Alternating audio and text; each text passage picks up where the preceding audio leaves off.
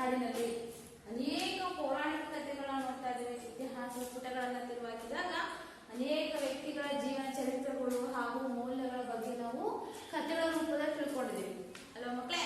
ಹಾಗೆಯೇ ಈ ಮಹಾಶ್ರೇಷ್ಠ ಕಾವ್ಯಗಳಲ್ಲಿ ರಾಮಾಯಣ ಹಾಗೂ ಮಹಾಭಾರತ ಸಹ ಒಂದು ಅಲ್ವಾ. ರಾಮಾಯಣದಲ್ಲಿ ಬರುವಂತಹ ಪ್ರಮುಖ ಪಾತ್ರಗಳು ಯಾರ ಹೆಸರು ಹೇಳ್ತೀರಾ? ಯಾರು ಬರ್ತಾರೆ? ರಾಮ, ಲಕ್ಷ್ಮಣ, ಸೀತೆ, ದಶರಥ, ಕೌಸಲ್ಯ ಅಲ್ವಾ. ಹಾಗೆಯೇ ಮಹಾಭಾರತ ಕಾವ್ಯದಲ್ಲಿ ಬರುವಂತಹ ಕೆಲವೊಂದು ಪಾತ್ರಗಳ ಪರಿಚಯ ಹೇಳ್ತಿರಲ್ವಾ. ಪಾಂಡವರು ಹಾಗೂ ಕೌರವರು ಅಲ್ವಾ ಮಕ್ಕಳೇ. ಈ ಪಾಂಡವರು ಹಾಗೂ ಕೌರವರು ಸಹೋದರರು ಗೊತ್ತಾನೆ. ಈ ಸಹೋದರರ ಮಧ್ಯೆ ಒಂದು ಯುದ್ಧ ನಡೀತಾ ಇದೆ. ಅದ್ಯಾವುದು? ಕುರುಕ್ಷೇತ್ರ ಯುದ್ಧ ಅಲ್ವಾ. ಕೌರವರು ಹಾಗೂ ಪಾಂಡವರಲ್ಲಿ ಪಾಂಡುರಾಜ ಹಾಗೂ ದಶರಥ ಮಹಾರಾಜ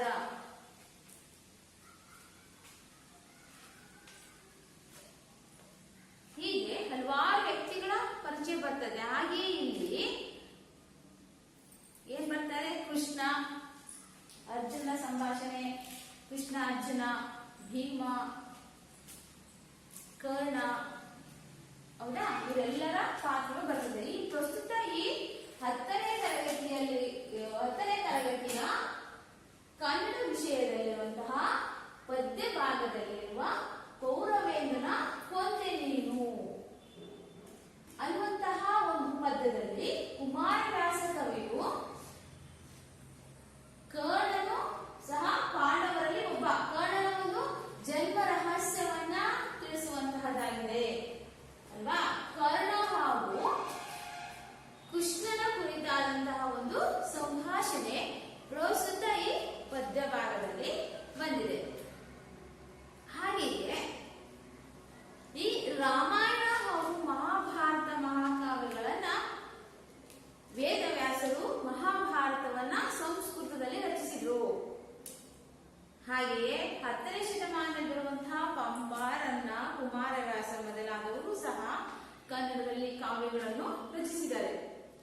ಇಲ್ಲಿ ಮುಖ್ಯವಾಗಿ ಮಹಾಭಾರತದ ಕಾವ್ಯದಲ್ಲಿ ಏನ್ ಬರ್ತಾ ಇದೆ?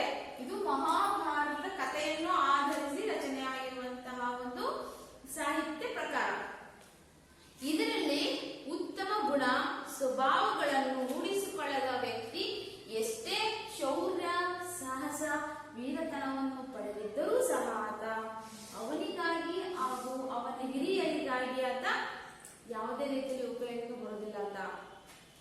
ದಾಲಾದಿಗಳೊಳಗಿನ ದ್ವೇಷ, ಅಸೂಯೆಗಳು ನಮ್ಮ ಮನವನ್ನು ಮನೆಯನ್ನು ನಾಶಪಡಿಸುತ್ತವೆ ಎಂಬುದಕ್ಕೆ ಮಹಾಭಾರತ ಪ್ರಸ್ತುತ ಒಂದು ಉದಾಹರಣೆಯಾಗಿದೆ. ಹೇಳ್ತಾರೆ, ಹುಟ್ಟುತ್ತಲೇ ಅಣ್ಣ ತಮ್ಮಂದಿರು, ಬೆಳೆಯುತ್ತಲೇ ದಾಯಾದಿಗಳು ಅಂತ ಹೇಳ್ತಾರೆ. ಬಾಲ್ಯದಲ್ಲಿರುವಾಗಲೇ ಅಣ್ಣ ತಮ್ಮಂದಿರು ಅನ್ನುವಂಥದ್ದು ಪ್ರೀತಿ, ವಿಶ್ವಾಸ ಇರುತ್ತೆ. ಬೆಳೆದು ದೊಡ್ಡವರಾದ್ಮೇಲೆ ಏನಾಗುತ್ತೆ? ಅವರಿಬ್ಬರ ಮಧ್ಯೆ ದ್ವೇಷ, ಅಸೂಯೆ ಅನ್ನುವಂಥದ್ದು ಹುಟ್ಕೋತದೆ. ಅದೇ ರೀತಿಯಲ್ಲಿರುವಂತಹದ್ದು ಒಂದು ಕಥೆ ಇದು. ಇದರಲ್ಲಿ ಕೃಷ್ಣನು ಎಷ್ಟೋ ಬಾರಿ ಸಂತಾನಕ್ಕಾಗಿ ಯುದ್ಧ ಮಾಡುವುದು ಬೇಡ ಅಂತ ಹೇಳಿದ್ರು ಸಹ ಅವರು ದುರ್ಯೋಧನನ ಹಠ ಛಲದಿಂದ ಏನ್ ಮಾಡ್ತಿದ್ದಾನೆ? ತಿರಸ್ಕೃತಗೊಂಡು ಯುದ್ಧವು ಅನಿವಾರ್ಯ ಅನ್ನುವಂತಹ ಒಂದು ಪರಿಸ್ಥಿತಿಗೆ ಬರುವಂತಹದ್ದು. ಆಗ ಯುದ್ಧದಿಂದ ಹೇಗಾದ್ರೂ ಮಾಡಿ ಪಾರಾಗಬೇಕು ಅಂತ ಕರ್ಣನ ಒಂದು ಜನ್ಮ ರಹಸ್ಯವನ್ನ ತಿಳಿಸುವಂತಹದ್ದಾಗಿದೆ. ಹಾಗೆಯೇ ಅಸಾಮಾನ್ಯರಾದಂತಹ ಶೌರ್ಯ, ದಾನ, ಉದಾತ್ತತೆಗೆ ಹೆಸರಾಗಿರುವಂತಹ ಕರ್ಣನಲ್ಲಿ ಒಂದು ಸಂಕಟವನ್ನು ಉಂಟು ಮಾಡುವಂಥದ್ದು, ಅವನ ಸ್ವಾಮಿ ನಿಷ್ಠೆಗೆ ಶ್ರೀಕೃಷ್ಣನ ಒಡ್ಡಿದಂತಹ ಪ್ರಲೋಭನೆ ಹೇಗೆ ಅನ್ನುವಂಥದ್ದನ್ನ ಪ್ರಸ್ತುತ ಈ ಪದ್ಯದಲ್ಲಿ ನಾವು ಕಾಣಬಹುದಾಗಿದೆ. ಮತ್ತೆ ಈಗ ನಾವು ಒಂದ್ ಕಡೆ ಕುವೆಂಪು ಕವಿ ಹೇಳ್ತಾ ಇದ್ದಾರೆ, ಕುಮಾರವ್ಯಾಸನ ಕುರಿತಾಗಿ ಒಂದು ಹೇಳ್ತಿದ್ದಾರೆ ಕವನ. ಕುಮಾರವ್ಯಾಸನು ಹಾಡಿದನೆಂದರೆ ಕಲಿಯುಗ ದ್ವಾಪರವಾಗುವುದು. ಕುಮಾರವ್ಯಾಸನು ಹಾಡಿದನೆಂದರೆ ಕಲಿಯುಗ ದ್ವಾಪರವಾಗುವುದು. ಭಾರತ ಕಣ್ಣಲ್ಲಿ ಕುಣಿಯುವುದು, ಮೈಯಲ್ಲಿ ಮಿಂಚಿನ ಹೊಳೆ ತುಳುಕಾಡುವುದು. ಅಂದ್ರೆ ಏನಂತಾರೆ? ಕುಮಾರವ್ಯಾಸ ಕವಿ ತುಂಬಾ ಅಷ್ಟು ಚೆನ್ನಾಗಿ ಸೊಗಸಾಗಿ ಕಥೆಗಳನ್ನ, ಕವನ, ಸಾಹಿತ್ಯ ಗ್ರಂಥಗಳನ್ನ ಆತ ರಚಿಸಿದ್ದಾನೆ. ಆತ ಗ್ರಂಥಗಳನ್ನು ಓದಿದ್ರೆ, ಹಾಡಿದ ಅನ್ನೋದಾದ್ರೆ ಪುನಃ ಕಲಿಯುಗದಲ್ಲಿ ದ್ವಾಪರ ಯುಗದಲ್ಲಿ ಶ್ರೀಕೃಷ್ಣನ ಅವಧಿಯಲ್ಲಿ ಇದ್ದಂತಹ ಒಂದು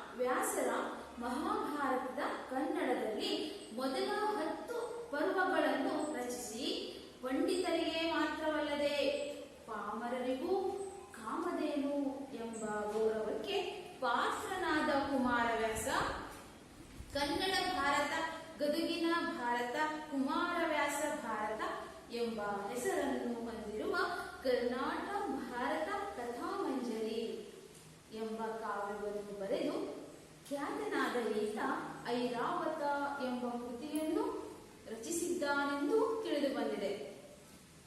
ರೂಪಕಾಲಂಕಾರವನ್ನು ನಿರರ್ಗಳವಾಗಿ ಪ್ರಯೋಗಿಸಿ ರೂಪಕ ಸಾಮ್ರಾಜ್ಯ ಚಕ್ರವರ್ತಿ ಎಂಬ ಬಿರುದನ್ನು ಪಡೆದಿದ್ದಾನೆ. ವೀರನಾರಾಯಣನ ಪರಮ ಭಕ್ತನಾದ ಈತ ಭಾಗವತ ಸಂಪ್ರದಾಯವನ್ನು ಸರಳ, ಸುಂದರ ಹಾಗೂ ರಂಜನೀಯವಾಗಿ ಪರಿಚಯಿಸಿ ಜನಪ್ರಿಯಗೊಳಿಸಿದ್ದಾನೆ. ನಡುಗನ್ನಡ ಕಾವ್ಯ ಪರಂಪರೆಯಲ್ಲಿ ಗದುಗಿನ ಭಾರತ ಅತ್ಯಂತ ಜನಪ್ರಿಯವಾದ ಮಹಾಕಾವ್ಯ. ಕುಮಾರವ್ಯಾಸ ವಿರಚಿತ ಕರ್ನಾಟಕ ಭಾರತ ಕಥಾಮಂಜರಿ ಕಾವ್ಯದ ಉದ್ಯೋಗ ಪರ್ವದಿಂದ ಕೌರವೇಂದ್ರನ ಕೊಂದೆ ನೀನು ಕಾವ್ಯ ಭಾಗವನ್ನು ಆಯ್ಕೆ ಮಾಡಿಕೊಳ್ಳಲಾಗಿದೆ. ಹಾಗಾದ್ರೆ ಮಕ್ಕಳೀಗ ಕುಮಾರವ್ಯಾಸ ಕವಿಯು 1430ರಲ್ಲಿ ಗದಗ ಪ್ರಾಂತ್ಯದ ಕೋಳಿವಾಡದಲ್ಲಿ ಜನಿಸಿದರು. ಹಾಗಾದ್ರೆ ಮಕ್ಕಳಿಗೆ ಕುಮಾರವ್ಯಾಸರ ಜನನ ಎಷ್ಟು? ಕ್ರಿಸ್ತ ಶಕ 1430ರಂದು ಗದಗ ಪ್ರಾಂತದ ಕೋಳಿವಾಡದಲ್ಲಿ ಜನಿಸಿದರು. ಇವರಿಗೆ ಗದುಗಿನ ನಾರಾಯಣಪ್ಪ ಅನ್ನುವಂತ ಹೆಸರನ್ನು ಕರೀತಾ ಇದ್ರು. ಪ್ರಪ್ರಥಮ ಕನ್ನಡ ಸಾಹಿತ್ಯದಲ್ಲಿ ಬರುವಂತಹ ಆದಿಕವಿ ಪಂಪನ ಅನಂತರದಲ್ಲಿ ಬಂದಂತಹ ಕವಿ ಈತ ಆಗಿದ್ದಾನೆ. ಈತ ಮಹಾಭಾರತವನ್ನ ಕನ್ನಡದಲ್ಲಿ 10 ಪರ್ವಗಳನ್ನಾಗಿ ರಚಿಸಿದ್ದು ಪಾಮರರು ಹಾಗೂ ಕವಿಗಳಿಗೆ ಕಾಮಧೇನು ಅನ್ನುವಂತಹ ಗೌರವಕ್ಕೆ ಪಾತ್ರನಾಗಿರುವಂತಹ ಈತನು ಕನ್ನಡ ಭಾರತ, ಗದುಗಿನ ಭಾರತ,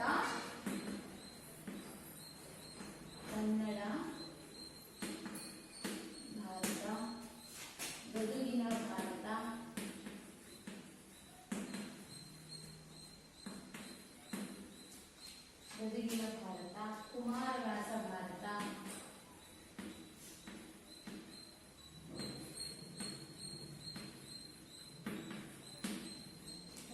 ಎಂಬ ಹೆಸರನ್ನು ಹೊಂದಿರುವಂತಹ ಇವೆಲ್ಲ ಹೆಸರುಗಳಿರುವಂತಹ ಏಕೈಕ ಗ್ರಂಥ ಕರ್ನಾಟಕ ಭಾರತ ಕಥಾಮಂಜರಿ. ಕರ್ನಾಟಕ ಭಾರತ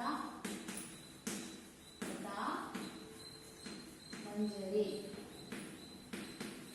ಎಂಬ ಮಹಾನ್ ಕಾವ್ಯವನ್ನು ಬರೆದು ಐರಾವತ, ಇನ್ನೊಂದು ಯಾವುದು ಐರಾವತ ಅನ್ನುವಂತಹ ಕೃತಿಯನ್ನು ಈತ ರಚಿಸಿದ್ದಾನೆ.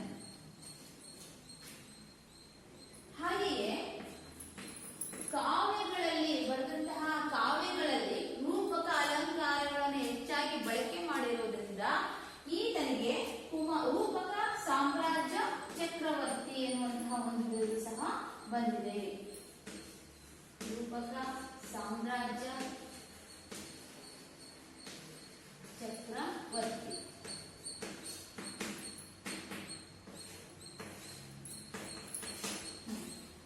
ರೂಪಕ ಸಾಮ್ರಾಜ್ಯ ಚಕ್ರವರ್ತಿ ಎನ್ನುವಂತಹ ಬಿರುದು ಹೊಂದಿರುವಂತಹ ಈತನು, ಈತನ ಪರಮ ಭಕ್ತ ದೇವರು ವೀರನಾರಾಯಣ.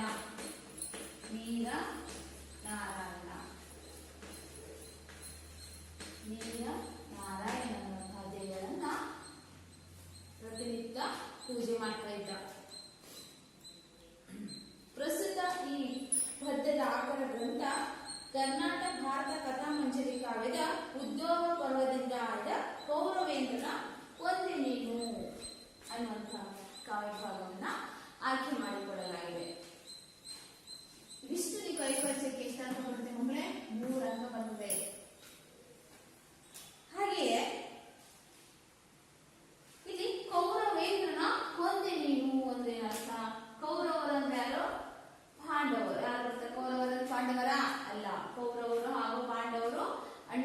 ತಮ್ಮಂದಿರು. ಕೌರವರಲ್ಲಿ ಪ್ರಮುಖವಾಗಿ ಯಾರು ಬರ್ತಾ ಇದ್ದಾರೆ? ದುರ್ಯೋಧನ, ದುಶ್ಯಾಸನ, ಹೀಗೆ ಅವರನ್ನ ಕೃಷ್ಣ ನೀನು ಕೊಂದು ಬಿಟ್ಟೆ ಅನ್ನುವಂತಹ ಅರ್ಥದಲ್ಲಿ ಬರುವಂತಹದ್ದು. ಮಕ್ಕಳು, ಈಗ ಪ್ರಸ್ತುತ ಈ ಪದ್ಯ ಭಾಗದಲ್ಲಿ ನಾವು ಯಾವ ಯಾವ ವಿಷಯಗಳನ್ನು ಪೂರ್ವಭಾವಿಯಾಗಿ ತಿಳ್ಕೋಬೇಕು ಅನ್ನುವಂಥ ಪೂರ್ವಕ ಆಶಯ ಭಾವನೆ ನೋಡೋಣ.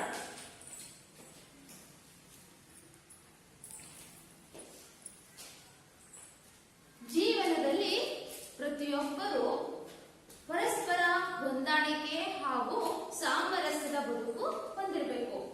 ಅದು ಸಾಧ್ಯವಾಗದೇ ಇಲ್ಲ ಅನ್ನುವುದಾದ್ರೆ, ಮತ್ಸರ ಛಲ ಪ್ರಧಾನವಾದರೆ ಸಂಘರ್ಷ ಅನಿವಾರ್ಯವಾಗುತ್ತದೆ. ಇಲ್ಲಿ ನೋಡಿ, ಕೌರವರು ಹಾಗೂ ಪಾಂಡವರು ಅಣ್ಣ ತಮ್ಮಂದಿರಲ್ವಾ? ಬಾಲ್ಯದಿಂದಲೇ ಅವರಿಗೆ ಕೌರವರು 5 ಜನ, ಅವರು 101 ಜನ ಕೌರವರು, ಪಾಂಡವರು 5 ಜನ ಅಲ್ವಾ? ಅವರಿಬ್ಬರ ಮಧ್ಯೆ ಏನಾಗ್ತಿತ್ತು? ಬಾಲ್ಯದಿಂದಲೇ ಒಂದು ಅಸೂಯೆ, ದ್ವೇಷ ಅನ್ನುವಂಥದ್ದು ಬರ್ತಾ ಇತ್ತು. ಹಾಗೆಯೇ ಒಬ್ಬರೊಬ್ಬರು ನಾಶ ಮಾಡುವವರೆಗೂ ಅವರಲ್ಲಿ ಒಂದು ದ್ವೇಷ, ಅಸೂಯೆ ಅನ್ನುವಂಥದ್ದು ಹುಟ್ಕೋತಾ ಇತ್ತು. ಅದರ ಪರಿಣಾಮವಾಗಿ ಕೊನೆಯ ಹಂತದಲ್ಲಿ ಯುದ್ಧ ಅನ್ನುವಂಥದ್ದು ಅನಿವಾರ್ಯವಾಯಿತು. ಒಬ್ಬರನ್ನೊಬ್ಬರು ನಾಶಪಡಿಸುವಂತಹದ್ದು, ಹೀಗೆ ಘೋರವಾದಂತಹ ಯುದ್ಧವನ್ನ ಮಾಡುವ ಸಲುವಾಗಿ ಪ್ರತಿಷ್ಠೆಯಿಂದ ಹಠವನ್ನ ಸಾಧಿಸಲು ವಿವಿಧ ತಂತ್ರಗಳ ಬಳಕೆಯನ್ನ ಮಾಡಬೇಕಾಯಿತು. ಹಾಗೆ ಈ ತಂತ್ರಗಳ ಬಳಕೆಯನ್ನ ಶ್ರೀಕೃಷ್ಣ ಪರಮಾತ್ಮ ಮಾಡ್ತಾ ಇದ್ದಾನೆ. ಹೇಗಾದ್ರೂ ಮಾಡಿ ಕೌರವರ ಕಡೆಗೆ ಕರ್ಣ ಒಬ್ಬನೇ ಆದರೆ ಬಲಶಾಲಿ ವ್ಯಕ್ತಿ ಅಲ್ವಾ? ಆಗ ಅವನ ಹೇಗಾದ್ರೂ ಮಾಡಿ ನಮ್ಮ ಕಡೆ ಕರ್ಕೊಂಡ್ಬಿಟ್ಟಿವೆ ಅಂದ್ರೆ ಯುದ್ಧ ಅನ್ನುವಂಥದ್ದು ನಿಲ್ಲುತ್ತೆ. ಹಾಗೆ ವಿವಿಧ ತಂತ್ರಗಳ ಉಪಾಯವನ್ನ ಮಾಡ್ತಾ ಶ್ರೀಕೃಷ್ಣನು ಮಾಡ್ತಾ ಇದ್ದಾನೆ. ಹಾಗೆಯೇ ಶ್ರೀಕೃಷ್ಣನು ಧರ್ಮ ಪಾಂಡವರ ಪರವಿದ್ದುದರಿಂದ ಶ್ರೀಕೃಷ್ಣ ಕೌರವರ ಪಕ್ಷದ ವೀರ ಕರ್ಣನ ಜನ್ಮ ರಹಸ್ಯವನ್ನು ಹೇಳಿ ತನ್ನವರಿಗೆ ಆತನಿಂದ ಅಪಾಯವಾಗದಂತೆ ಮಾಡುವ ಹೃದಯ ವಿದ್ರಾವಕ ಸನ್ನಿವೇಶ, ಕೌರವೇಂದ್ರನ ಕೊಂದೆ ನೀನು. ಪಾಂಡವರ ರಕ್ಷಣೆಗಾಗಿ ಶ್ರೀಕೃಷ್ಣ ಪರಮಾತ್ಮನು ಇರ್ತಾ ಇದ್ದಾನೆ. ಸ್ವಾಮಿ ನಿಷ್ಠೆಗೆ ಬದ್ಧ ಯಾರು? ಕರ್ಣ. ಸ್ವಾಮಿ ನಿಷ್ಠೆಗೆ ಬದ್ಧ ಯಾರು? ಕಾರಣ ದುರ್ಯೋಧನ. ದುರ್ಯೋಧನ ಏನ್ ಮಾಡ್ತಾನೆ? ಈ ಕರ್ಣನನ್ನ ಸ್ನೇಹಿತನಾಗಿ ಮಾಡ್ಕೊಂಡ್ಬಿಟ್ಟು ಅವನಿಗೆ ಸಹಾಯ ಸಹಕಾರವನ್ನ ಮಾಡ್ತಾ ಇದ್ದಾನೆ. ಆದ್ರಿಂದ ದುರ್ಯೋಧನಿಗೆ ಕರ್ಣ ಯಾವುದೇ ಕಾರಣಕ್ಕೂ ಮೋಸವನ್ನ ಮಾಡೋದಿಲ್ಲ ಅನ್ನುವಂಥದ್ದನ್ನ ನಾವು ಹೇಳ್ತಾ ಇದ್ದಾನೆ. ಪ್ರಲೋಭನೆಗೆ ಒಳಗಾಗದೆ ಅಸಹಾಯಕನಾದ ಸ್ಥಿತಿಯಲ್ಲಿ ನೋವು ಹಾಗೂ ಸಂಕಟದಿಂದ ಬಳಲುವ ಆ ಕರ್ಣನ ವ್ಯಕ್ತಿತ್ವ, ಹಿರಿಮೆ ಅನ್ನುವಂಥದ್ದನ್ನ ನಾವೊಂದು ಪ್ರಸ್ತುತ ಈ ಪದ್ಯದಲ್ಲಿ ನೋಡಬಹುದಾಗಿದೆ. ಹೀಗೆ ಕೌರವರು ಹೇಗಾದ್ರೂ ಮಾಡಿ ಪಾಂಡವರನ್ನ ನಾನು ಸೋಲಿಸಬೇಕು, ಅವರಿಂದ ಎಲ್ಲ ಸಾಮ್ರಾಜ್ಯವನ್ನ ನಾನೇ ತೆಗೆದುಕೊಂಡು ನಾನೇ ಆಡಳಿತವನ್ನ ಮಾಡಬೇಕು ಅನ್ನುವಂಥದ್ದು ಕೌರವರಲ್ಲಿ ಭಾವನೆ ಇತ್ತು. ಹಾಗೆ ಎಷ್ಟೋ ಬಾರಿ ಪಾಂಡವರಿಗೆ ಒಂದು ಮೋಸದ ಅರಗಿನ ಮನೆಯನ್ನು ನಿರ್ಮಾಣ ಮಾಡ್ತಾರೆ. ಹೀಗೆ ಇಷ್ಟೋ ಮೋಸದಿಂದ ಅವರನ್ನು ಕೊಲ್ಲೋಣ ಅಂತ ಪ್ರಯತ್ನ ಪಡ್ತಾರೆ, ಆದರೂ ಅದು ಸಾಧ್ಯ ಆಗೋದೇ ಇಲ್ಲ. ಕೊನೆಯ ಹಂತವಾಗಿ ಈ ಯುದ್ಧ, ಕುರುಕ್ಷೇತ್ರ ಯುದ್ಧ ಅನ್ನುವಂಥದ್ದು ಬರ್ತಾ ಇದೆ. ಆ ಯುದ್ಧದಲ್ಲಿ ಶ್ರೀಕೃಷ್ಣನು ಕರ್ಣನಿಗೆ ಹೇಳುವಂತಹ ಸಂಭಾಷಣೆ ಇದೆ. ಇಲ್ಲಿ ಧರ್ಮರಾಯನ ಮಾಯಾ ನಿರ್ಮಿತ ಅರಮನೆಯಲ್ಲಿ ಅವಮಾನಿತನಾದ ಕೌರವನು ಧರ್ಮರಾಯನನ್ನ ದ್ಯೂತಕ್ಕೆ ಆಹ್ವಾನಿಸ್ತಾ ಇದ್ದಾನೆ. ಅದರಲ್ಲಿ ಜೂಜಾಟದಲ್ಲಿ ಇವರನ್ನ ಸೋಲಿಸ್ತಾ ಇದ್ದಾನೆ.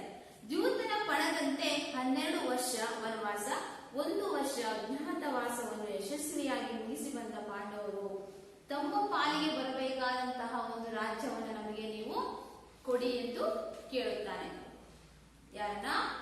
ಕೌರವರನ್ನ ಕೇಳಿದಾಗ ಅಜ್ಞಾತವಾಸವು ಇನ್ನೂ ಸಹ ಪೂರ್ಣಗೊಂಡಿಲ್ಲ ಎನ್ನುವ ನೆಪವನ್ನು ಒಡ್ಡಿ ಕೌರವನು ರಾಜ್ಯವನ್ನು ನೀಡಲು ನಿರಾಕರಿಸುತ್ತಾನೆ. ಆಗ ಸಂಧಾನದ ಮುಖೇನ ಆ ರಾಜ್ಯವನ್ನು ಮರಳಿ ಪಡೆಯುವ ಒಂದು ಪ್ರಯತ್ನದಲ್ಲಿ ಧರ್ಮರಾಯ ಕೃಷ್ಣನನ್ನು ಸಂಧಿಗಾಗಿ ಕಳುಹಿಸುತ್ತಾನೆ. ಹೀಗೆ ಸಂಧಿಗಾಗಿ ಕಳಿಸಿದಾಗ ಕಪಟ ನಾಟಕ ಸೂತ್ರಧಾರಿಯಾಗಿರುವಂತಹ ಶ್ರೀಕೃಷ್ಣನು ಸಂಧಿಯ ನೆಪದಲ್ಲಿ ದುರ್ಯೋಧನನ ಒಂದು ಬಲವನ್ನ ಕುಗ್ಗಿಸುವ ಸಲುವಾಗಿ ವಿದುರನಲ್ಲಿಗೆ ಬರುತ್ತಾನೆ. ಇದರಿಂದ ಕುಪಿತನಾದ ಕೌರವ ವಿದುರ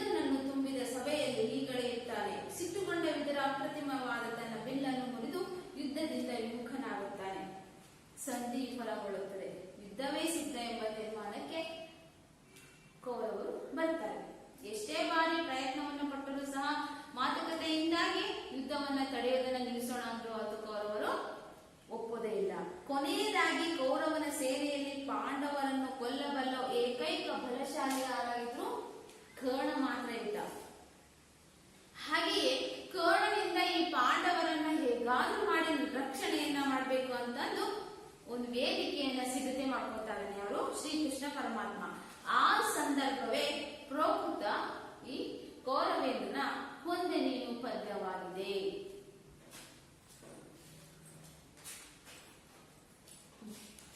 ಮಕ್ಕಳೇ, ಈಗ ನಾವು ಪದ್ಯವನ್ನ ಓದ್ತಾ ಇರ್ತೀನಿ. ನೀವು ಎಲ್ಲಿ ಯಾವ ಅಕ್ಷರವನ್ನ ಬಿಡಿಸಿ ಓದ್ತಾ ಇರ್ತೀನೋ ಅಲ್ಲಿ ಮೇಲೆ ನೀವು ಆ ಸ್ವರಾಕ್ಷರವನ್ನ ಹೆಸರನ್ನ ಬರ್ಕೋಬೇಕು. ಆಯ್ತಾ ಮಕ್ಕಳೇ? ಬನ್ನಿ, ಪೇಜ್ ನಂಬರ್ 117. 117. ಇದರಲ್ಲಿ ಇವಾಗ ಯಾವ ತರ ಪ್ರಶ್ನೆ ಬರ್ಬೋದು ಅಂತ ಒಂದ್ ಸೆಕೆಂಡ್ ನೋಟ್ ಮಾಡ್ಕೊಳ್ಳಿ. ಮಹಾಭಾರತವನ್ನ ಸಂಸ್ಕೃತದಲ್ಲಿ ರಚಿಸಿದವರು ಯಾರು? ಒಂದಂತ ಪ್ರಶ್ನೆ ಬರುತ್ತೆ ಮಕ್ಕಳೇ. ಇದು ಯಾರು? ವೇದವ್ಯಾಸರು. ನೋಟ್ ಮಾಡ್ಕೊಳ್ಳಿ. ನೆಕ್ಸ್ಟ್, ಭಾರತದ 2 ಮಹಾಕಾವ್ಯಗಳಾವುವು? ಭಾರತದ 2 ಮಹಾಕಾವ್ಯಗಳಾವುವು? ಒಂದೊಂದು ಪ್ರಶ್ನೆ, ರಾಮಾಯಣ ಹಾಗೂ ಮಹಾಭಾರತ.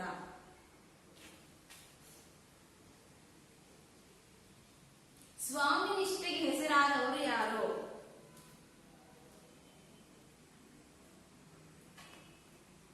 ಕರ್ಣ.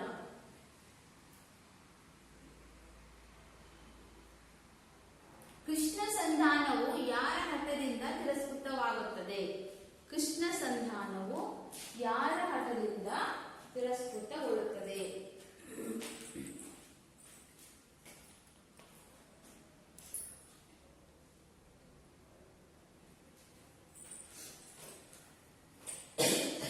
ಯಾರು? ದುರ್ಯೋಧನ. ಈ ಕಡೆ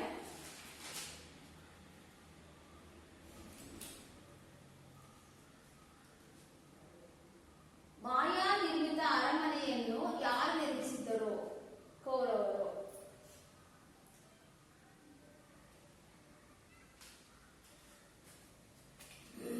ಕಪಟ ನಾಟಕ ಸೂತ್ರಧಾರಿ ಯಾರು? ಕಪಟ ನಾಟಕ ಸೂತ್ರಧಾರಿ ಯಾರು?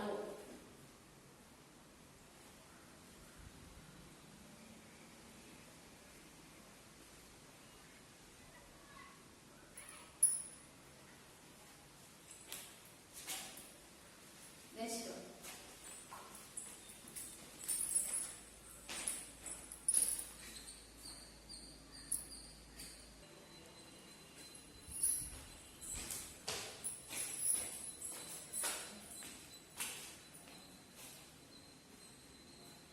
ಮಕ್ಕಳೇ ಇವಾಗ ಒಂದೇ ಪೇಜ್ ಅಲ್ಲಿ ನಾವು 117 ಪೇಜ್ ಅಲ್ಲಿ ಒಂದೇ ಪ್ಯಾರಾ ಓದ್ತಾರೆ. ನೋಡ್ಕೊಳ್ಳಿ. ಪೆನ್ಸಿಲ್ ಇಟ್ಕೊಂಡಿರಲ್ಲ. ಈಗ ತನೂಜನ ಕೂಡ ಮೈದುನ ತನದ ಸರಸವ ಎಸಗಿ ರಥದೊಳು ಅನುಜರಿಗೂ ಪರಸೆಳೆದು ಕುಳ್ಳಿರಿಸಿದನು ಪೀಠದಲ್ಲಿ. ಎನಗೆ ನಿಮ್ಮ ಅಡಿಗಳಲ್ಲಿ ಸಮಸೆ ಅನೇ ದೇವ ಮುರಾರಿ ಅಂಜುವೆ ಎನ್ನಲು ತೊಳೆ ಸೋಂಕಿನಲ್ಲಿ ಸಾರಿದು ಶೌರಿ ಇಂತೆಂದ. ಬೇಗ ಇಲ್ಲೆಲೆ ಕರ್ಣ ನಿಮ್ಮ ಒಳು ಯಾದವರು ಕೌರವರೊಳಗೆ ಸಂವಾದಿಸುವ ಅನ್ವಯಕ್ಕೆ ಮೊದಲ್ ಇಲ್ಲ. ನಿನ್ನ ಆಣೆ ಮೇದಿನಿಪತಿ ನೀನು ಚಿತ್ತದೋಳ್ ಆದುದರ ಅರಿವಿಲ್ಲ ಎನ್ನುತ್ತ ದಾನವ ಸೂದನನು ರವಿ ಸುತನ ಕಿವಿಯಲ್ಲಿ ಬಿತ್ತಿದನು ಭಯವ. ಲಲನೆ ಪಡೆದುದು ಈ 5 ಮಂತ್ರಂ ಅಳಲಿ ಮೊದಲಿಗ ನೀನು ನಿನ್ನಯ ಬಳಿ ಯುಧಿಷ್ಠಿರ ದೇವ.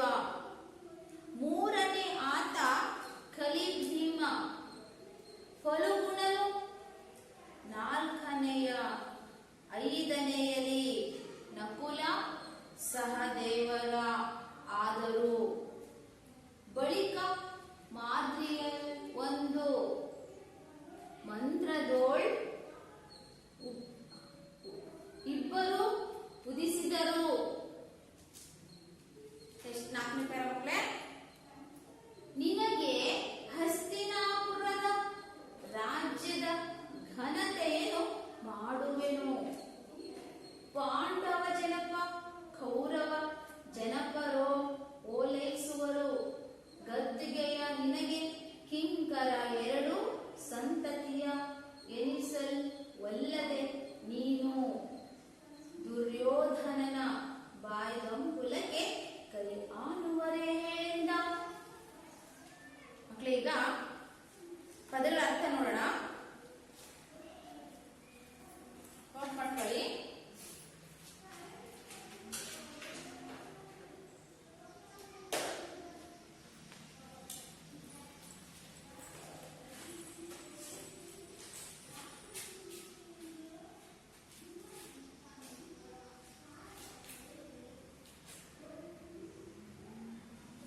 ಬರ್ಕೊಳ್ಳಿ.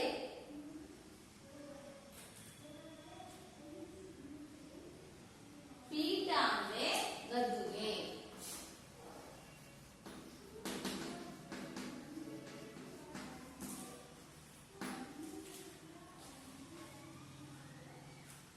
ಅಡಿ ಅಂದ್ರೆ ಪಾದ.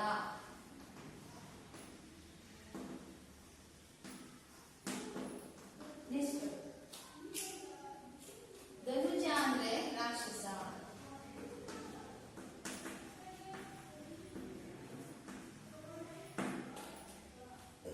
ಇನ ಅಂದ್ರೆ ಸೂರ್ಯ. ಇನ ಅಂದ್ರೆ ಸೂರ್ಯನ ಮಗ. ಸೂರ್ಯ ಧನುಜ ಮಗ.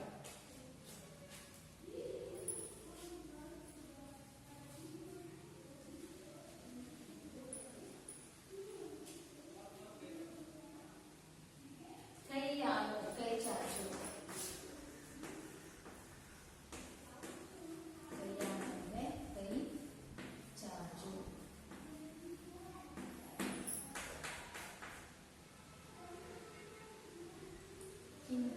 ಕಡು ಅಂದ್ರೆ ಅತಿ.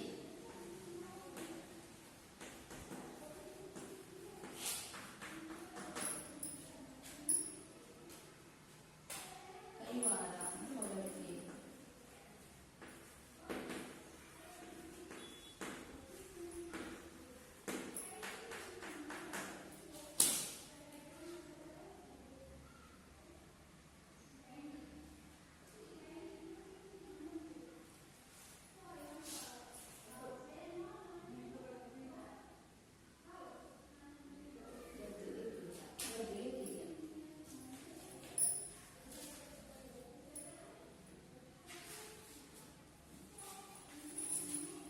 ಮಕ್ಕಳಿಗೆ ನಾನು ಒಂದೊಂದೇ ಸಾಲು ಹೇಳ್ತಾ ವಿವರಣೆ ಕೊಡ್ತಾ ಹೋಗ್ತೀನಿ.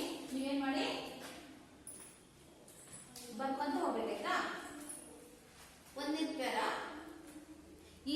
ಈಗ ಯಾವ ಸಂಭಾಷಣೆ ಇದೆ ಅನ್ನೋದಾದ್ರೆ ಕೌರವರು ಹಾಗೂ ಪಾಂಡವರ ನಡುವೆ ಒಂದು ಯುದ್ಧ ನಡೀತಾ ಇದೆ ಅಲ್ವಾ.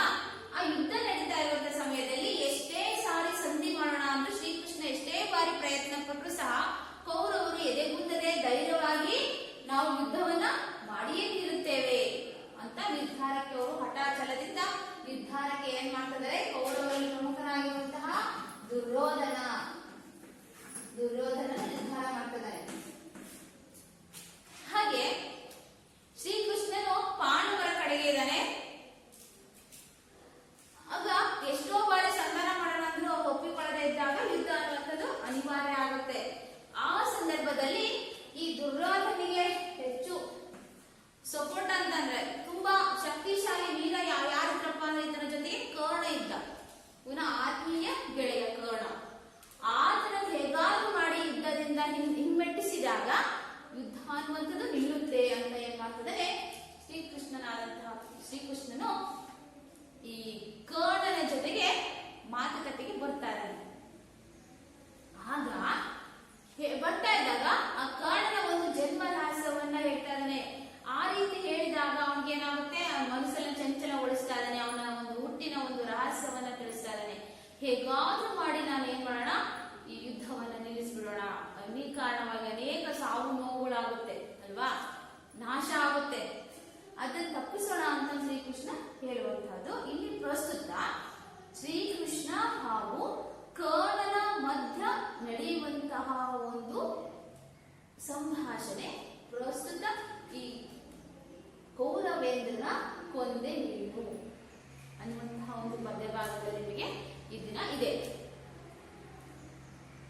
ಇನ ತನೂಜನ ಕೂಡ ಮೈದುನತನದ ಸರಸವನೆಸಗಿ ರಥದೊಳು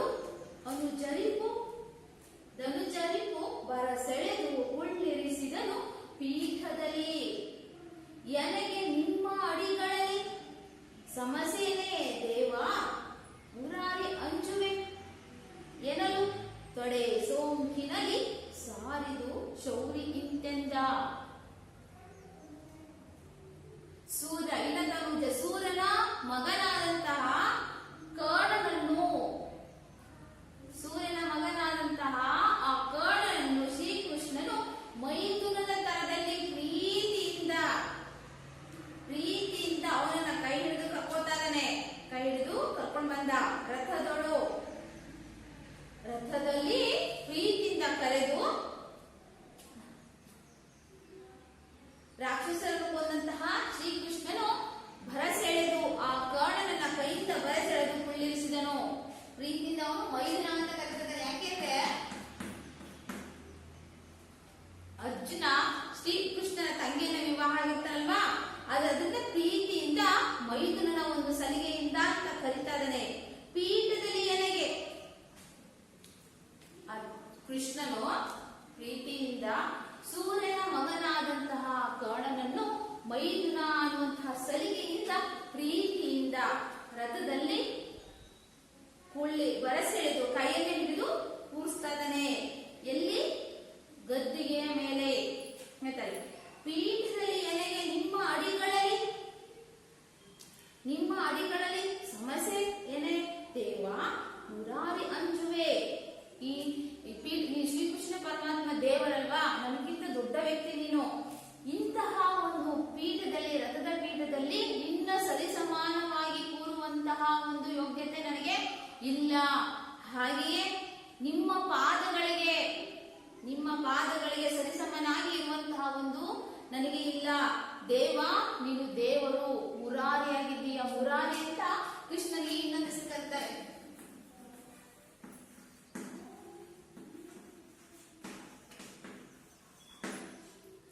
ಮಕ್ಕಳೇ, ಮುರಾರಿ ಅಂಜುವೆ ಎನ್ನಲು, ಮುರಾರಿಯ ಅಂಜುವ ಅವನ ಜೊತೆಗೆ ಮಾತಾಡಲಿಕ್ಕೆ ಅನಿಸ್ತಾ ಇದ್ದಾನೆ. ಯಾರು? ಕರ್ಣನು. ತೊಡೆ ಸೋಂಕಿನಲ್ಲಿ ಸಾರಿದು ಶೌರಿ ಇಂತೆಂದ. ಪರಸ್ಪರ ತೊಡೆಯನ್ನ ಪಕ್ಕ ಏನ್ ಮಾಡ್ತಾರೆ ಸರಿದು ತುಂಬಾ ಹತ್ತಿರದಲ್ಲಿ ಅವನನ್ನ ಕರ್ಣನನ್ನ ಶ್ರೀಕೃಷ್ಣನು ಪಕ್ಕದಲ್ಲಿ ಕೂರಿಸಿಕೊಂಡ. ಶೌರಿ ಇಂತೆಂದ. ಕೃಷ್ಣ ಅಂದ ಮಾತಿಗೆ, ಕರ್ಣ ಅಂದ ಮಾತಿಗೆ ಕೃಷ್ಣ ಹೇಳ್ತಾನೆ. ಈಗ ಎರಡನೇ ಪ್ಯಾರಲ್ಲಿ ಬರ್ತಾ ಇದೆ. ಫಸ್ಟ್ ಏನು? ಇವನನ್ನ ಕರ್ಣನನ್ನ ರಥದಲ್ಲಿ ಕೂರಿಸ್ಕೊತಾ ಇದ್ದಾನೆ. ಯಾರು? ಶ್ರೀಕೃಷ್ಣನು. ಆ ಮಾತಿಗೆ ಇವನ್ ಕರ್ಣ ಏನ್ ಹೇಳ್ತಿದ್ದಾನೆ? ನಿನ್ನ ಸರಿಸಮನಾರು ಇಲ್ಲ, ನಿಮ್ಮ ಪಾದಗಳಿಗೆ ಸಮಾನವಾಗಿ ನಾನು ಇಲ್ಲ. ದೇವ, ನಿನ್ ದೇವರು ಮುರಾರಿ, ನಿನ್ನ ಜೊತೆಗೆ ಮಾತಾಡಿ ಅಂಜಿಕೆಯಿಂದ ಭಯದಿಂದ ಆತ ಮಾತಾಡ್ತಿದ್ದಾನೆ. ಆಗ ಕೃಷ್ಣನು ಪರಸ್ಪರ ಹತ್ತಿರ ಹೋಗಿ ತೊಡೆಗಳು ಸೋಂಕುವ ಹಾಗೆ ಅಕ್ಕಪಕ್ಕದಲ್ಲಿ ಹತ್ತಿರದಲ್ಲಿ ಕರ್ಕೊಂಡು ಕೂಸ್ಕೊತಾ ಇದ್ದಾನೆ ರಥದಲ್ಲಿ. ಆಗ ಈತನ ಮಾತಿಗೆ ಕೃಷ್ಣನು ಹೇಳ್ತಾ ಇದ್ದಾನೆ. ಎರಡನೇ ಪ್ಯಾರದಲ್ಲಿ ಇದೆ ಮಕ್ಕಳೇ. ಬೇಡ ಇಲ್ಲಲೇ ಕಾರಣ ನಿಮ್ಮವಳು ಯಾದವರು ಕೌರವರ ಒಳಗೆ ಸಂವಾದಿಸುವ ಅನ್ವಯಕ್ಕೆ ಮೊದಲ್ ಎರಡು ಇಲ್ಲ. ನಿನ್ನ ಆಣೆ ಮೇದಿನಿಪತಿ ನೀನು ಚಿತ್ತದೋಳ್ ಆದುದರ ಅರಿವಿಲ್ಲ ಎನ್ನುತ್ತ ದಾನವ ಸೂಧನನು ರವಿಸುತನ ಕಿವಿಯಲ್ಲಿ ಬಿತ್ತಿದನು ಭಯವ. ಕರ್ಣ, ಭೇದವಿಲ್ಲವೇ? ಕರ್ಣ, ನಮ್ಮಿಬ್ಬರಲ್ಲಿ ಯಾವುದೇ ರೀತಿಯ ಭೇದ ಅನ್ನುವಂಥದ್ದು ಇಲ್ಲ. ನಿಮ್ಮಲ್ಲಿ ಯಾದವರು, ಕೃಷ್ಣನು ಜನಿಸಿದಂತಹ ವಂಶದವರು ಕೌರವರು ಹೇಗೋ ಸಮಾನವಾಗಿದ್ದೀರೋ ಹಾಗೆಯೇ ಸಂವಾದಿಸುವ ಅನ್ವಯಕ್ಕೆ ಮೊದಲೆರಡಿಲ್ಲ ನಿನ್ನಾಣೆ. ನೋಡು, ಕೃಷ್ಣನು ಯಾದವರು ವಂಶದವರು ಹೇಗೋ ಹಾಗೆಯೇ ನೀನು ಅವರಷ್ಟೇ ಸಮಾನವಾಗಿರುವಂತಹವನು. ಯಾವುದು ಸುಳ್ಳಲ್ಲ, ನಿನ್ನ ಆಣೆ. ಯಾವುದೇ ರೀತಿಯಲ್ಲಿ ಸುಳ್ಳನ್ನು ಹೇಳ್ತಾ ಇಲ್ಲ, ಅದು ಸತ್ತನೆ. ನಿನ್ ಮೇಲೆ ಆಣೆ. ಮೇದಿನಿಪತಿ ಸೂರ್ಯಪುತ್ರನೇ ನೀನು ಸೂರ್ಯಪುತ್ರನಾಗಿದೀಯ. ಚಿತ್ತದೋಳ್ ಮನಸ್ಸಿನಲ್ಲಿ ಯಾವುದರ ಅರಿವಿಲ್ಲದೆನುತ್ತ, ಮನಸ್ಸಲ್ಲಿ ಯಾವುದೇ ರೀತಿಯ ಒಂದು ಗೊಂದಲವನ್ನ ಇಟ್ಟುಕೊಳ್ಳಬೇಡ ನೀನು. ದಾನವನಾದಂತಹ ಹಾಗೆ ದಾನವರ ಎಂಬ ರಾಕ್ಷಸನನ್ನು ಕೊಂದಂತಹ ಕೃಷ್ಣನು ಹೇಳ್ತಾನೆ. ದಾನವ ಸೂದನನು ಅಂದ್ರೆ ದಾನವ ಎಂಬ ರಾಕ್ಷಸನನ್ನು ಕೊಂದಂತಹ ಶ್ರೀಕೃಷ್ಣನು ಹೇಳಿದ ಅಂತ. ರವಿಸುತನ ಕಿವಿಯಲ್ಲಿ, ರವಿಸುತ ಅಂದ್ರೆ ಸೂರನ ಮಗ. ಸೂರ್ಯನಿಗೆ ಇನ್ನೊಂದಿಷ್ಟು ರವಿ ಅಂತ, ಸುತ ಅಂದ್ರೆ ಮಗ ಅಲ್ವಾ. ರವಿಸುತನ ಮಗ ನಾದಂತಹ ಕರ್ಣನ ಕಿವಿಯಲ್ಲಿ ಬಿತ್ತಿದನು ಭಯವನ್ನ ಹುಟ್ಟಿಸ್ತಾ ಇದ್ದಾನೆ. ಏನಂತ? ನಿಮ್ಮಿಬ್ಬರಲ್ಲಿ ಯಾವುದೇ ರೀತಿಯ ಭೇದವಿಲ್ಲ. ಕರ್ಣ, ಯಾದವರು ಕೌರವರು ಹೇಗೆ ಸಮಾನರು, ನೀನು ಸಮಾನ ಇಲ್ಲಿ ಅಲ್ವಾ. ಇದು ಯಾವುದೇ ಮೊದಲನೆಡೆ ಇಲ್ಲ. ನಿನ್ನ ಆಣೆ ಸೂರ್ಯಪುತ್ರನೇ ಅಂತ ಆತನಿಗೆ ಹೇಳಿದಾಗ ಈತನಿಗೆ ಮನಸ್ಸಿನಲ್ಲಿ ಒಂದು ಭಯ ಅನ್ನುವಂಥದ್ದು ಹುಡ್ತಾ ಇದೆ. ಇಲ್ಲಿ ನೋಡಿ ಮಕ್ಕಳೇ, ಎಷ್ಟು 3ನೇ ಪಾಠದಲ್ಲಿ ಹೇಳ್ತಾ ಇದ್ದಾರೆ.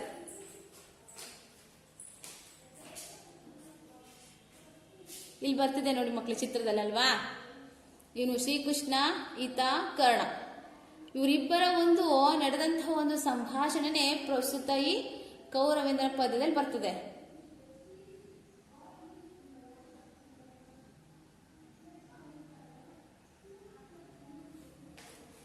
ಸರಿ ಮಕ್ಕಳೇ, ಈಗ 3ನೇ ಪ್ಯಾರದಲ್ಲಿ ಏನ್ ಹೇಳಿಕೊಟ್ಟಿದ್ದಾರೆ ಕವಿ ಅನ್ನೋದಾದ್ರೆ, ಇಲ್ಲಿ ಕರ್ಣನ ಒಂದು ಜನ್ಮ ರಹಸ್ಯವನ್ನ ಹೇಳ್ತಾ ಇದ್ದಾರೆ. ಏನಪ್ಪಾ ಅಂದ್ರೆ, ಲಲನೆ ಪಡೆದುದು 5 ಮಂತ್ರಗಳಲ್ಲಿ ಮೊದಲಿಗ ನೀನು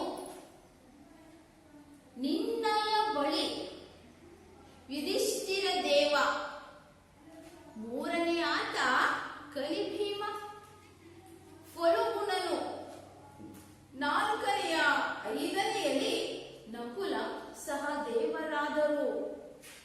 ಬಳಿಕ ಮಾದ್ರಿಯಲೊಂದು ಮಂತ್ರದೊಳ್ ಇಬ್ಬರು ಉದಿಸಿದರು. ಲಲನೆ ಅಂದ್ರೆ ತರುಣಿ ಅಂತ ಬರ್ತಾರೆ. ತರುಣಿ ಅಂದ್ರೆ ಯಾರು? ಕುಂತಿ. ಒಂದು ಬಾಲ್ಯದಲ್ಲಿ ಒಂದು ಕತೆ ಬರ್ತಾ ಇದೆ. ಇಲ್ಲಿ ಕುಂತಿ ತರುಣಿಯಾಗಿದ್ದಾಗ, ಯುವತಿಯಾಗಿದ್ದಾಗ ಅವರ ಅರಮನೆಗೆ ದುರ್ವಾಸ ಮುನಿಗಳು ಬರ್ತಾ ಇದ್ದಾರೆ ಮಕ್ಕಳೇ.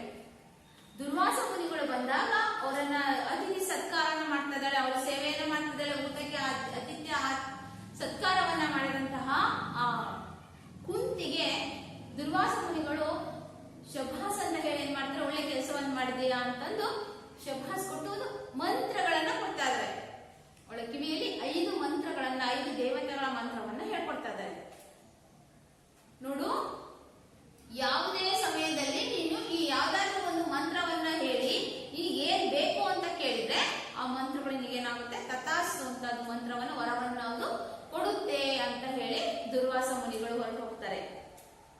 ಆಗ ಬಾಲ್ಯದಲ್ಲಿ ನೋಡಿರ್ಬೋದು, ಏನೋ ಕುತೂಹಲ ಏನಿರ್ಬೋದು, ಒಂದು ಚೇಷ್ಟೆ ಅಂತ ಇರುತ್ತೆ ಅನ್ನುವಂಥದ್ದು ಬಾಲ್ಯದಲ್ಲಿ, ತರುಣಿಯಾಗಿರುವಂತಹ ಸಮಯದಲ್ಲಿ. ಆಗ ನೋಡೋಣ ಈ ಮಂತ್ರದಲ್ಲಿ ಏನಿರ್ಬೋದು ನೋಡೋಣ ಅಂತ ಅಂದ್ಬಿಟ್ಟು ಆ ಕುಂತಿ ಏನ್ ಮಾಡ್ತಿದ್ದಾಳೆ, ಒಂದು ಸಾರಿ ಆಟವನ್ನ ಆಡ್ತಾ ಇದ್ದವಾಗ ಅರಮನೆಯ ಒಂದು ಉದ್ಯಾನವನದಲ್ಲಿ ಹೋಗ್ಬಿಟ್ಟು ಈ ಸೂರ್ಯನನ್ನ ಕುರಿತಾದಂತಹ ಒಂದು ಮಂತ್ರವನ್ನ ಹೇಳ್ತಾ ಇದ್ದಾರೆ. ಸೂರ್ಯದೇವನ ಕುರಿತಾದಂತಹ ಒಂದು ಮಂತ್ರವನ್ನ ಹೇಳಿದಾಗ ಸೂರ್ಯದೇವನು ಬಂದು ಒಂದು ಮಗುವನ್ನ ಕೇಳ್ತಾ ಇದ್ದಾರೆ. ಆಗ ಸೂರ್ಯದೇವನು ಏನ್ ಮಾಡ್ತಾ ಇದ್ದಾನೆ, ತಥಾಸ್ತು ಅಂತ ಹೇಳಿ ಒಂದು ಮಗುವನ್ನ ಕೊಡ್ತಾ ಇದ್ದಾರೆ ಮಂತ್ರದಲ್ಲಿ. ಆಗ ಇದೇ ರಾಜ್ಯದಲ್ಲಿ ಕರ್ಣ ಅರ್ಥ ಆಗ್ತದೆ ಮಕ್ಕಳೇ. ಈತನ ಏನ್ ಮಾಡ್ತಾಳೆ, ಬೆಳಗಿನ ಸಂಜೆ ಚೆನ್ನಾಗಿ ಆಟ ಆಡಿಸ್ತಿದ್ದಾಳೆ. ಆಗ ನೋಡಿ ಸಮಾಜ ಹೇಗಿದೆ, ಯಾವ್ದೇ ಒಬ್ಬ ಸ್ತ್ರೀ ಮದುವೆಗಿಂತ ಪೂರ್ವದಲ್ಲಿ ಒಂದು ಮಗುವನ್ನ ಹೊಂದುವಂತಿಲ್ಲ. ಅದು ಒಂದೇನು ಸಂಸ್ಕೃತಿಯ ಕಟ್ಟಳೆಗೆ ವಿರೋಧವಾದಂತಹದ್ದು, ಸಂಪ್ರದಾಯಕ್ಕೆ. ಜನ ಏನಂತ ಏನೇನೋ ಮಾತಾಡ್ತಾರೆ ಜನ ಅಲ್ವಾ, ಅದರಿಂದಾಗಿ ಸಮಾಜಕ್ಕೆ ಹೆದರಿ ಆ ಮಗುವನ್ನ ಏನ್ ಮಾಡ್ತಾಳೆ, ನೀರಿನಲ್ಲಿ ಸರೋವರದಲ್ಲಿ ತೇಲಿ ಬಿಡ್ತಾ ಇದ್ದಾರೆ. ಹೀಗೆ ಮೊದಲನೆಯದನ್ನ ಯಾರು, ಕರ್ಣ. ಯಾರ ಮಗ, ಸೂರ್ಯದೇವನ ಮಗ.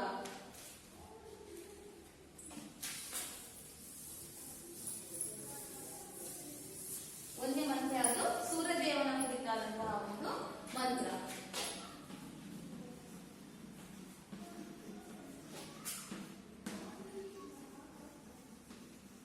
ಮೊದಲನೆಯ ಮಗ ಸೂರ್ಯದೇವ. ಆ ಕುಂತಿ ಪಡೆದಂತಹ 5 ಮಂತ್ರಗಳಲ್ಲಿ ಒಂದನೆಯ ಮಂತ್ರ ಸೂರ್ಯದೇವ, ಆತನ ಮಗ ಯಾರು, ಕರ್ಣ. ಪಡೆದೈದು ಮಂತ್ರಗಳಲ್ಲಿ ಮೊದಲಿನ ನೀನು, ಮೊದಲನೆಯವನು ನೀನಾಗಿದ್ದೀಯ. ನಿನ್ನಯ ಬಳಿ ಇದಾದ ತಕ್ಷಣ, ನೀನಾದ ನಂತರ ಎರಡನೆಯವನು ಯುಧಿಷ್ಠಿರ ದೇವ. ಯುಧಿಷ್ಠಿರ ಅಂದ್ರೆ ಧರ್ಮರಾಯ, ಇದು ಯಮನ ಮಗ.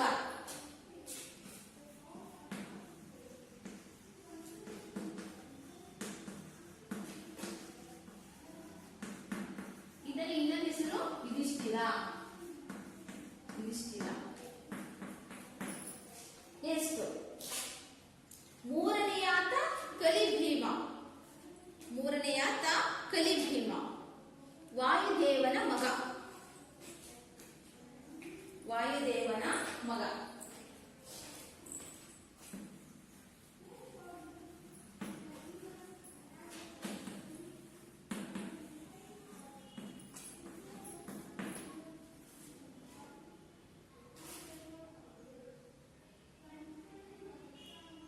ನೆಕ್ಸ್ಟ್ ಕೊಲುಗುಣನು ಅರ್ಜುನ. ಇಂದ್ರನ ಮಗ ಅರ್ಜುನ.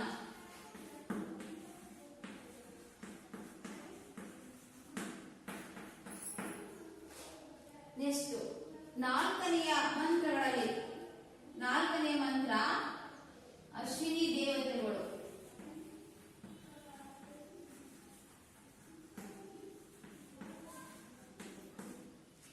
ಅಶ್ವಿನಿ ದೇವತೆಗಳಲ್ಲಿ ನಕುಲ ಸಹದೇವರು ಜನಿಸಿದರು. ನಕುಲ ಸಹದೇವ. ಅದಾದ ನಂತರ ಈ ಮಂತ್ರವನ್ನ, 5ನೇ ಮಂತ್ರವಾದಂತಹ ಅಶ್ವಿನಿ ದೇವತೆಗಳ ಮಂತ್ರವನ್ನ ಮಾದ್ರಿಯ ಕೈಯಲ್ಲಿ ಕೊಡ್ತಾಳೆ. ಆ ಮಂತ್ರವನ್ನ ಆಕೆ ಹೇಳ್ಬಿಟ್ಟು, ಮಂತ್ರದಿಂದ ಹುಟ್ಟಿದಂತಹವರು ನಕುಲ ಹಾಗೂ ಸಹದೇವ ಇಬ್ಬರು.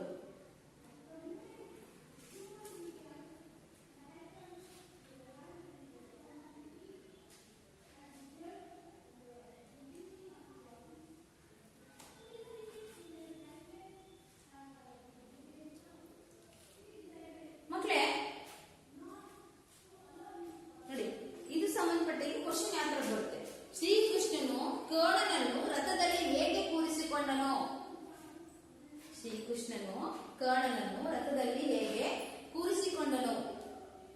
ಮೈದುನನ ಸಲಿಗೆಯ ರೂಪದಲ್ಲಿ ಕೂರಿಸಿಕೊಂಡನು. ಕುಮಾರವ್ಯಾಸನ ಆರಾಧ್ಯ ದೈವ ಯಾರು? ಅವಾಗಲೇ ಕವಿ ಪರಿಚಯ ಹೇಳಿದೆ ಮಕ್ಕಳೇ ನಾನು. ಯಾರು ಆರಾಧ್ಯ ದೈವ? ವೀರ ನಾರಾಯಣ. ನೆಕ್ಸ್ಟ್ ಕ್ವಶನ್, ಅಶ್ವಿನಿ ದೇವತೆಗಳ ವರಬಲದಿಂದ ಜನಿಸಿದವರು ಯಾರು? ಅಶ್ವಿನಿ ದೇವತೆಗಳ ವರಬಲದಿಂದ ಜನಿಸಿದವರು ಯಾರು? ನಕುಲ ಹಾಗೂ ಸಹದೇವ. ಕುಮಾರವ್ಯಾಸನಿಗೆ ಇರುವ ಬಿರುದು ಯಾವುದು? ಕುಮಾರವ್ಯಾಸನಿಗೆ ಇರುವ ಬಿರುದು ಯಾವುದು?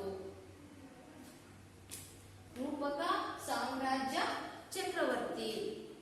ಇನ್ನೊಂದು ಪ್ರಶ್ನೆ ಬರ್ಬೋದು, ಕುಮಾರವ್ಯಾಸನಿಗೆ ರೂಪಕ ಸಾಮ್ರಾಜ್ಯ ಚಕ್ರವರ್ತಿ ಎಂಬ ಬಿರುದು ಬರಲು ಕಾರಣವೇನು?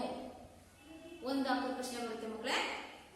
ಅವಾಗಲೇ ಕವಿ ಪರಿಸ್ಥಿತಿ ಹೇಳ್ಕೊಟ್ಟಲ್ವಾ, ಈತನು ತನ್ನ ಕಾವ್ಯಗಳಲ್ಲಿ ಹೆಚ್ಚಿನದಾಗಿ ರೂಪಕ ಅಲಂಕಾರಗಳ ಬಳಕೆ ಇರುವುದರಿಂದ ಈತನಿಗೆ ರೂಪಕ ಸಾಮ್ರಾಜ್ಯ ಚಕ್ರವರ್ತಿ ಅನ್ನುವಂತಹ ಒಂದು ಬಿರುದು ಬಂದಿತು. ನಾರಾಯಣಪ್ಪನಿಗೆ ಕುಮಾರವ್ಯಾಸನೆಂಬ ಹೆಸರು ಏಕೆ ಬಂತು?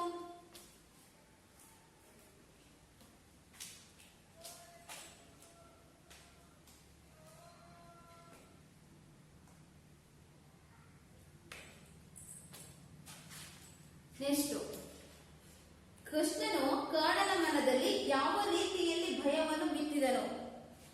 ಕೃಷ್ಣನು ಕರ್ಣನ ಮನದಲ್ಲಿ ಯಾವ ರೀತಿಯ ಭಯವನ್ನು ಬಿತ್ತಿದನು? ಎರಡನೇ ಭಾಗದಲ್ಲಿ ಬರುತ್ತೆ ನೋಡಿ ಮಕ್ಕಳೇ. ಯಾವುದೇ ರೀತಿಯ ಭೇದ ಅನ್ನುವಂಥದ್ದು ಇಲ್ಲ. ಕೌರವರು ಯಾದವರು ಹೇಗೋ ಹಾಗೆಯೇ ನೀನು ಅವರಿಗೆ ಸರಿಸಾಮಾನನಾದಂಥವನು. ಇದರಲ್ಲಿ ಯಾವುದೇ ಸುಳ್ಳಿಲ್ಲ. ನಿನ್ನ ಆಣೆ ಸೂರ್ಯಪುತ್ರ ಆಗಿದೆ, ನಿನ್ನ ಆಣೆ ಅಂತ ಅವರ ಮನಸ್ಸಿನಲ್ಲಿ ಭಯದ ಬೀಜವನ್ನ ಹೇಳ್ತಾ ಇದ್ದಾನೆ, ಬಿತ್ತಿದನು. ಕುಂತಿ ಮಾದ್ರಿಯರು ಯಾರ್ಯಾರ ಅನುಗ್ರಹದಿಂದ ಮಕ್ಕಳನ್ನು ಪಡೆದರು? ಇಂಪಾರ್ಟೆಂಟ್. ಕುಂತಿ ಮಾದ್ರಿಯರು ಯಾರ್ಯಾರ ಅನುಗ್ರಹದಿಂದ ಮಕ್ಕಳನ್ನು ಪಡೆದರು? ನಾವು 5 ಮಂತ್ರಗಳು, ದುರ್ವಾಸ ಮುನಿಗಳು ಕೊಟ್ಟಂತಹ ಮಂತ್ರ 5. ಸೂರ್ಯದೇವನಿಂದ ಕರ್ಣ, ಯಮನಿಂದ ಧರ್ಮರಾಯ, ವಾಯುದೇವನಿಂದ ಭೀಮ, ಇಂದ್ರನಿಂದ ಅರ್ಜುನ, ಅಶ್ವಿನಿ ದೇವತೆಗಳಿಂದ ನಕುಲ, ಸಹದೇವರಾದಂತಹ 5 ಮಕ್ಕಳನ್ನು ಆಕೆ ಪಡೆದಳು. ನೆಕ್ಸ್ಟ್ ಕ್ವಶನ್ ಮಕ್ಕಳೇ,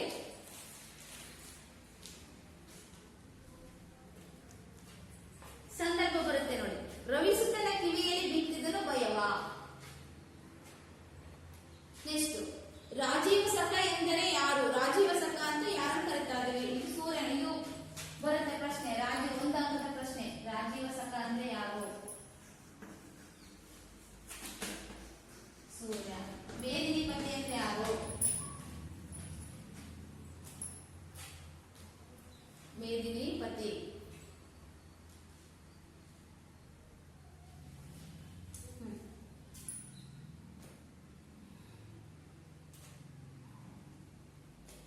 ನೆಕ್ಸ್ಟ್, ಮುರಾರಿ ಅಂತ ಒಂದು ಪ್ರಶ್ನೆ ನೋಡಿ. ಮುರಾರಿ ಎಂದರೆ ಯಾರು? ಶ್ರೀಕೃಷ್ಣನಿಗೆ ಮುರಾರಿ ಎಂದು ಹೆಸರು ಬರಲು ಕಾರಣವೇನು? ಶ್ರೀಕೃಷ್ಣನಿಗೆ ಮುರಾರಿ ಎಂದು ಹೆಸರು ಬರಲು ಕಾರಣವೇನು?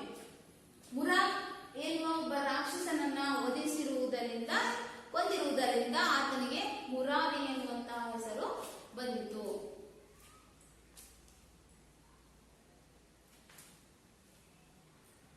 ಯದುವಿನ ವಂಶಸ್ಥರು ಅಂದ್ರೆ ಶ್ರೀಕೃಷ್ಣನು ಸಹ ಯದು ವಂಶಕ್ಕೆ ಸೇರಿದವನು. ನೋಡಿ, ಮಾದ್ರಿ ಪಾಂಡುರಾಜನ ಎರಡನೆಯ ಮಡದಿ. ಪಾಂಡುರಾಜ ಎರಡನೇ ಮದುವೆ. ಪಾಂಡುರಾಜನ ಮಕ್ಕಳು ಪಾಂಡವರು ಅಲ್ವಾ? ಕುಂತಿ ಹಾಗೂ ಪಾಂಡುರಾಜ.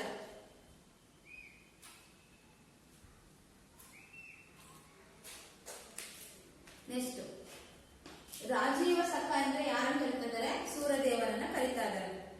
ಸೂರ್ಯದೇವರನ್ನ ಕರೀತಾ ಇದ್ದಾರೆ. ಮಕ್ಕಳೇ, ಈಗ ಇದುವರೆಗೂ ನಾವು ಇಷ್ಟೊಂದು ಪದ್ಯವನ್ನು ನೋಡಿದೇವಲ್ವಾ? ಹೋಮಕ್ಕೆ ಗೃಹಪಾಠ ಕೊಡ್ತಾ ಇದ್ದೀನಿ, ನೋಟ್ ಮಾಡ್ಕೊಳ್ಳಿ. ಕುಮಾರವ್ಯಾಸ ಕವಿಯ ಜೀವನ ಪರಿಚಯವನ್ನು ವಾಕ್ಯ ರೂಪದಲ್ಲಿ ಬರೆಯಿರಿ. ಎಲ್ಲರೂ ಕಲ್ತ್ಕೊಂಡು ಬರ್ಬೇಕು ಇದನ್ನ. ನಾಳೆ ಕ್ಲಾಸಲ್ಲಿ ಕೇಳ್ತದೆ ಮಕ್ಕಳೇ. ಜೀವನ ಪರಿಚಯವನ್ನ ವಾಕ್ಯ ರೂಪದಲ್ಲಿ ಬರೆಯಿರಿ. ನೆಕ್ಸ್ಟ್, ಅಶ್ವಿನಿ ದೇವತೆಗಳ ವರಬಲದಿಂದ ಜನಿಸಿದವರು ಯಾರು? ಅಶ್ವಿನಿ ದೇವತೆಗಳ ವರಬಲದಿಂದ ಜನಿಸಿದವರು ಯಾರು? ಇದು ಸಂದರ್ಭ ಬರ್ಕೊಂಬನ್ನಿ. ರವಿಸುತನ ಕಿವಿಯಲ್ಲಿ ಬಿತ್ತಿದನು ಭಯವ. ರವಿಸುತನ ಕಿವಿಯಲ್ಲಿ ಬಿತ್ತಿದನು ಭಯವ.